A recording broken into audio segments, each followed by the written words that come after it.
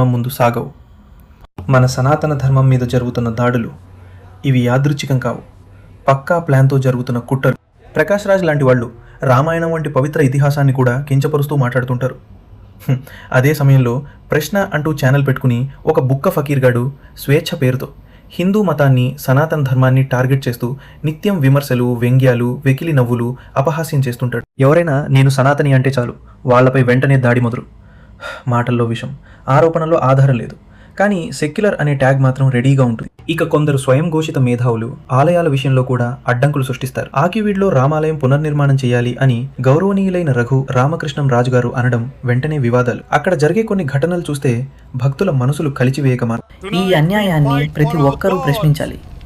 మన సంస్కృతిని కాపాడుకుందాం. జై శ్రీరామ్, జై సనాతన ధర్మ.